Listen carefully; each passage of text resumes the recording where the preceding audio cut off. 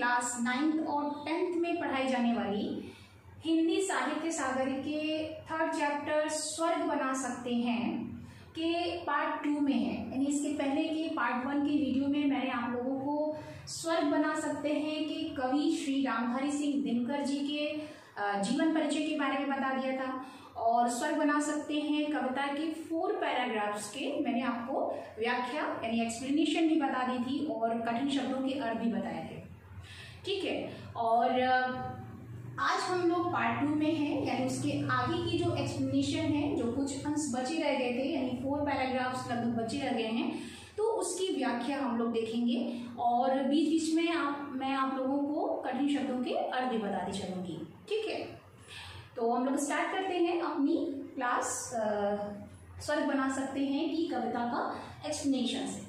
ठीक है, तो एक्सप्लेनेशन बताने से पहले मैं आपको बता दूं, एक थोड़ी सी एक भूमिका तैयार कर लेते हैं हम लोग कि पहले वीडियो में ही मैंने आप लोगों को बताया था कि स्वर्ग बना सकते हैं कविता जो है वो श्री रामधारी सिंह दिनकर जी के प्रबंध कृति कुरुक्षेत्र से ली गई है। ठीक है, यानी उसका ही एक अंश है ये, और कुरुक्षेत्र जो प्रबंध कृति है उसका जो आधार है, यानी कथा का आधार, कहानी कहाँ से ली गई है, वो है महाभारत का शांति पर्व। ठीक है, तो महाभारत का जो युद्ध हुआ था वो 18 दिन तक चला था। तो उस 18 दिन के युद्ध में एक नियम था कि सूर्यास्त के बाद जो है युद्ध विराम हो जाता था, यानी युद्ध जो है वो रुक जाता था, और नेक्स्ट डे जब सूर्योदय होता था तो फिर से वो युद्ध जो है प्रारंभ होता था। तो इस दौरान यानी इस समय का जो बीच का जो समय होता था, तो उस समय जो है लोग एक दूसरे से मिलते थे, युद्ध नीति तैयार होती थी, वार्तालाप होते थे, विश्राम करते थे लोग, तो इस तरह की चीजें होती थी। तो ऐसे ही समय में महाराज युधिष्ठिर जिन्हें धर्मराज की संज्ञा दी गई है, तो धर्मराज युधिष्ठिर जो हैं वो भीष्म पितामह जो कि बाणों की सैया पर लेटे हुए हैं उनसे मिलने जाते हैं। और चूंकि युधिष्ठिर जो है वो बहुत ही शोकाकुल है, युद्ध की जो परिस्थिति है उससे वो बहुत ही उनका मन जो है बहुत अशांत है, इसलिए वो भीष्म पितामह जी से कहना चाहते हैं कि मैं राजतंत्र का त्याग कर देना चाहता हूँ, मेरा मन बहुत द्रवित है, इस तरह की बातें वो कहते हैं। लेकिन भीष्म पितामह जी जो हैं वो उन्हें उपदेश देते हैं, उन्हें राजतंत्र का उपदेश देते हैं कि एक अच्छे राजा का जो कर्तव्य है वो अपने देशवासियों की प्रति परिस्थिति में रक्षा करना है, उनकी उन्नति उनके विकास में अपना पूरा योगदान देना है। तो ऐसी स्थिति में आपका राजतंत्र से पलायन करना, राजतंत्र का त्याग करना ये उचित नहीं होगा, इसलिए एक अच्छे राजा की तरह आप अपने जो कर्तव्य हैं देशवासियों के प्रति उसका निर्वाह कीजिए। ठीक है, तो इसी के तहत यानी इसके जो ये उनका जो विचार था भीष्म पितामह जी का, उसी विचार को उपदेश के रूप में वो युधिष्ठिर जी को देते हैं, और भीष्म पितामह के द्वारा दिए गए उपदेश को ही दिनकर जी ने अपने इस काव्य के माध्यम से, इस कविता के माध्यम से प्रस्तुत करने का प्रयास किया है। ठीक है, तो एक कहानी भूमिका समझ में आ गई आपको। आगे चलते हैं हम लोग व्याख्या के लिए। तो पहली हमारी पंक्ति है कि जब तक मनुज का यह सुख भाग नहीं सम होगा। ठीक है, यानी मनुज का अर्थ होता है मनुष्य। ठीक है, मनुज का क्या अर्थ है? मनुष्य। यानी जब तक इस धरती पर प्रत्येक मनुष्य का जो अधिकार है वो समान नहीं होगा। सुख भाग यानी उन्हें जो प्रकृति के द्वारा या ईश्वर के द्वारा मिला हुआ जो सुख है, जो अधिकार है, वो सम नहीं होगा। सम का अर्थ होता है समान। यानी जब तक मनुष्य के जो अधिकार हैं, सुख भोग के जो अधिकार हैं, वो समान नहीं होंगे, तब तक शमित न होगा कोलाहल, संघर्ष नहीं कम होगा। ठीक है, शमित का अर्थ होता है शांत होना। शमित का अर्थ हुआ शांत। ठीक है, तो कोलाहल जो है यानी जो हलचल है वो समाप्त नहीं होगा, वो शांत नहीं होगा जब तक सभी मनुष्यों का जो अधिकार है सुख भोग करने का, इस प्रकृति के द्वारा दिए गए जो भी सुख हैं, यानी कि हवा, पानी, सूर्य रोशनी, जो सभी सुख हैं, जो भोग सामग्री है, यानी पेड़ पौधे, वातावरण में जो जितनी भी सुख सुविधाएं प्रकृति के द्वारा मिली हुई हैं, जो स्वतंत्र रूप से सबके लिए हैं, तो वो जो हिस्सेदारी है, वो जो समानता है, जो अधिकार है, जब तक बराबर बराबर नहीं होंगे तब तक जो है लोगों के बीच जो है वो एक संघर्ष का माहौल बना रहेगा। संघर्ष यानी लड़ाई का, युद्ध का माहौल बना रहेगा। यदि लोगों के बीच इस युद्ध का माहौल या इस तरह की लड़ाई, छीना झपटी की जो स्थिति है, वो जब तक लोगों में समानता का भाव नहीं आएगा तब तक ऐसी स्थिति बनी रहेगी, यानी लड़ाई जो है वो कम नहीं होगी। ठीक है। फिर आगे कवि कहते हैं कि उसे भूल व फंसा परस्पर ही शंका में, भय में लगा हुआ केवल अपने में और भोग संचय में। उसे भूल गया है, यानी समानता की जो बातें हैं, समानता का जो अधिकार सबको है, इस बात को वो भूल गया है। और ऐसा भूल करके वो शंका में है, भय में है, वो शंका और भय से ग्रसित है। किस चीज से ग्रसित है? शंका और भय से परस्पर ग्रसित है, यानी आपस में एक दूसरे की ही शंका में ग्रसित है। ठीक है, यानी मनुष्य पर ही शंका कर रहा है। ठीक है, मनुष्य से ही शंका कर रहा है, एक दूसरे से ही भय का माहौल है। यानी एक दूसरे से ही भय का माहौल क्यों है? क्योंकि ऐसा उन्हें प्रतीत हो रहा है कि कहीं वो अधिक संचय कर ले और हमें वो सुख सुविधाएं न मिले। ठीक है, तो ऐसी स्थिति जो मानसिक उद्वेलन है, यानी मानसिक जो स्थिति है वो सबकी एक जैसी बनी हुई है, क्योंकि हर व्यक्ति ये सोच रहा है कि कहीं वो अधिक संचय कर लेगा, कोई वो अधिक संचय कर लेगा तो मुझे क्या मिलेगा, मैं रह जाऊंगा। तो इस भय में ही ऐसी स्थिति हो गई है कि सभी लोग जो है केवल अपने बारे में सोच रहे हैं। सभी क्या हो गए हैं? स्वार्थी हो गए हैं, केवल अपने बारे में सोच रहे हैं और भोग संचय में लगे हुए हैं। जो उपभोग की जो वस्तुएं हैं, सुख सुविधाएं हैं, उसको संचित करने में लगे हुए हैं। संचय करने में यानी इकट्ठा करने में लगे हुए हैं। ठीक है, संचय मीन्स इकट्ठा करने में लगे हुए हैं। तो ये जो उपभोग की जो वस्तुएं हैं, सुख सुविधाएं हैं, उसको वो इकट्ठा करने में लगे हुए हैं। क्यों इकट्ठा कर रहे हैं? क्योंकि उन्हें एक भय है, शंका है, मनुष्य के प्रति ही एक भय का वातावरण बना हुआ है। और जब तक ये वातावरण बना रहेगा तब तक ये ऐसी ही स्थिति समाज में होती रहेगी। क्यों होती रहेगी? क्योंकि समानता की जो भावना है वो लोगों में समाप्त हो गई है। जब तक सुख और अधिकार के बीच में समानता नहीं होगी, यानी प्रत्येक मनुष्य समान नहीं हो जाता, तब तक इस प्रकार का वातावरण जो है वो समस्त धरती पर बना रहेगा। ठीक है, फिर आगे कवि कहते हैं कि प्रभु के दिए हुए सुख इतने हैं विकीर्ण धरती पर, भोग सके जो उन्हें जगत में कहाँ अभी इतने न। ठीक है, प्रभु यानी ईश्वर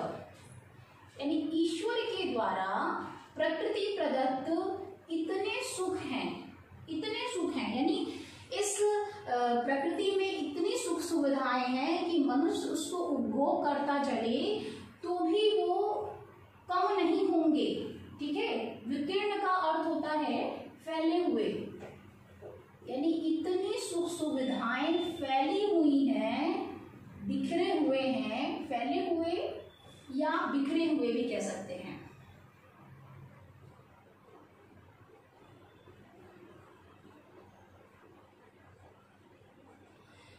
इस धरती पर इतनी सुख सुविधाएं बिखरी हुई हैं कि भोग सके जो उन्हें जगत में, यानी इस संसार में लोग जो हैं उसका उपभोग कर सके, उस भोग सामग्री का, खाद्य सामग्री का अपनी आवश्यकता की पूर्ति कर सके उस भोग सामग्री से। ठीक है, जगत का अर्थ हो गया संसार। ठीक है, तो इतनी ज्यादा सुख सुविधाएं हैं, इतना विस्तार है सुख सुविधाओं का कि इस धरती पर इतने नर भी नहीं हुए हैं, इतने नर यानी इतने मनुष्य भी नहीं हुए हैं जो उन सुख सुविधाओं का उपभोग कर सकें।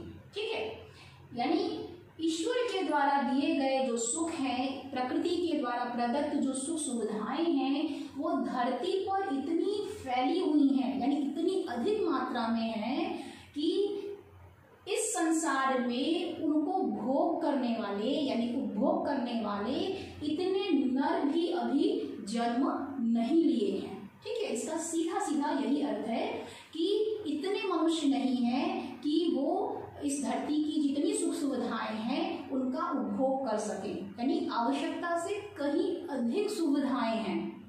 यदि समानता की स्थिति रहती है तो, यदि लोगों में स्वार्थपरता की भावना नहीं है, भोग संचय की भावना नहीं है, यानी कि किसी भी सामग्री को इकट्ठा करने की अगर भावना नहीं है, तो निश्चित रूप से सभी को प्रकृति के द्वारा मिली हुई जितनी सुख सुविधाएं हैं सबको समान रूप से मिले और उनके उपभोग के बाद भी वो चीजें बची रह जाएं, यानी इतनी अधिक मात्रा में भोग सामग्री, खाद्य सामग्री का बहुत अधिक विस्तार है। ठीक है, तो इसीलिए इस धरती पे समानता होना बहुत ही आवश्यक है। जब समान अधिकार होगा तो निश्चित रूप से सभी जो सुख सुविधाएं हैं उनको सभी मनुष्यों में बराबर से उनका उपभोग करने की प्रवृत्ति होगी। ठीक है, आगे कभी कहते हैं कि सब हो सकते हैं तुष्ट एक सा, सब सुख पा सकते हैं, चाहे तो पल में धरती को स्वर्ग बना सकते हैं। ठीक है, यानी इस पृथ्वी पर प्रकृति के द्वारा मिली हुई इतनी सुख सुविधाएं हैं कि उसकी कमी नहीं है। सभी जो है चाहे तो तुष्ट हो सकते हैं, तुष्ट हो सकते हैं यानी संतुष्ट हो सकते हैं, संतुष्ट हो सकते हैं, सभी जो है संतुष्ट हो सकते हैं, इतनी सुख सुविधाएं हैं और सभी सुख पा सकते हैं उसका।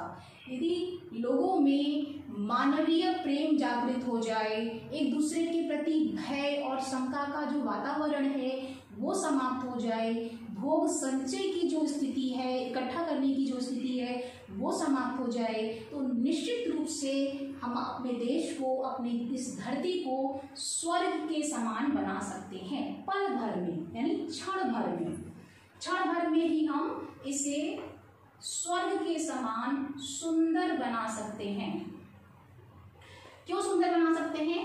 सिर्फ अपनी मानसिक और जो हृदय पक्ष है, यानी बुद्धि पक्ष और हृदय पक्ष दोनों के तालमेल से, यानी मानवीय प्रेम का विकास करके। यद्यपि हम मानसिक उन्नति करें, लेकिन उसमें जो हृदय पक्ष है, हमारे जो मानवीय प्रेम है, उसका त्याग न करें, तो निश्चित रूप से हम इस धरती को स्वर्ग बना सकते हैं। स्वर्ग के समान जो सुख सुविधाएं हैं, स्वर्ग के समान जो आनंद है, उसको हम इस धरती पर ला सकते हैं यदि लोगों में मानवता और समानता की प्रवृत्ति आ जाती है। तो इस कविता के माध्यम से दिनकर जी जो हैं वो एक संदेश दे रहे हैं और कहीं ना कहीं अपनी इच्छा बता रहे हैं। उनकी ये इच्छा है कि हम अपनी धरती को, अपने देश को स्वर्ग के समान सुंदर बनाएं, क्योंकि हमारी जो धरती है वो इतनी विशाल है और इतनी सुख सुविधाओं से परिपूर्ण है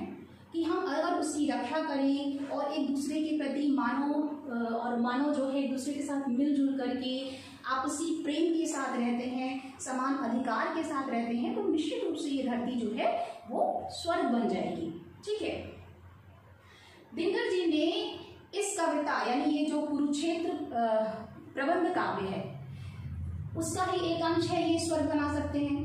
तो कुरुक्षेत्र जो प्रबंध कृति दिनकर जी ने लिखी थी वो 1946 में लिखी थी। ठीक है, तो 1946 में हमारा देश जो है वो आजाद नहीं हुआ था। तो उस समय की जो स्थिति थी, क्योंकि दिनकर जी जो है वो युगीन परिस्थितियों के प्रति जो विद्रोह की भावना है, जो आह्वान है, आक्रोश है, वो उनकी जितनी रचनाएं हैं वो दिखती हैं उसमें, और देश प्रेम दिखता है। तो ये जो कविता है वो देश प्रेम से ही ओतप्रोत है, यानी देश प्रेम से ही संबंधित है। तो इस कविता के माध्यम से कह सकते हैं कि अप्रत्यक्ष रूप से दिनकर जी जो हैं वो उस समय जो हमारे देश में ब्रिटिश साम्राज्यवाद था, तो उस ब्रिटिश साम्राज्यवाद के खिलाफ, उनके विरुद्ध अपने देशवासियों को आह्वान करते हैं, यानी उन्हें बुलाते हैं कि देश प्रेम की भावना जो है उनके अंदर जागृत करते हैं कि यदि हम एक हो जाएं, अपने इस देश के स्वतंत्रता के लिए हम अपने आपसी प्रेम रखें, तो निश्चित रूप से हम ब्रिटिश साम्राज्यवादियों को इस देश से भगा सकते हैं। ठीक है, तो यही बात वो इस कविता के माध्यम से लोगों को एक आह्वान गीत का कार्य कर रहा है। ये जो कविता है ये, तो दिनकर जी का जो उद्देश्य था वो यही था कि अपने देश की स्वतंत्रता तभी हो सकती है जब हमारे देश के जो देशवासी हैं वो आपस में एक हो जाएं। ठीक है, आपसी प्रेम होगा तो निश्चित रूप से ब्रिटिश साम्राज्यवादियों को भगा सकते हैं, क्योंकि उस समय का जो वातावरण था वो ऐसा ही था कि लोग छीना झपटी और युद्ध की जो स्थिति थी वही थी। तो उसी बात की, चूंकि ये कुरुक्षेत्र प्रबंध कृति जो है वो एक विचारात्मक कृति है, यानी विचार है, युद्ध की जो समस्या उस समय थी उसको ही सोच करके इन्होंने लिखा है।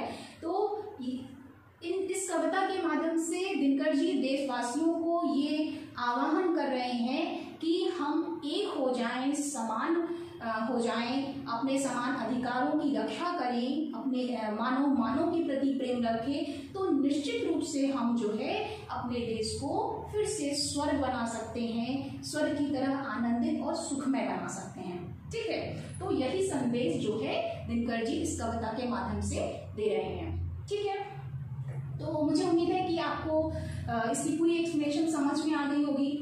कुछ एक दो जो भी शब्द हैं उनके अर्थ ना समझ में आए हो या लाइन ना समझ में आई हो तो आप निश्चित रूप से कमेंट्स कीजिए, मुझे मैं उसके उत्तर देने का प्रयास करूंगी।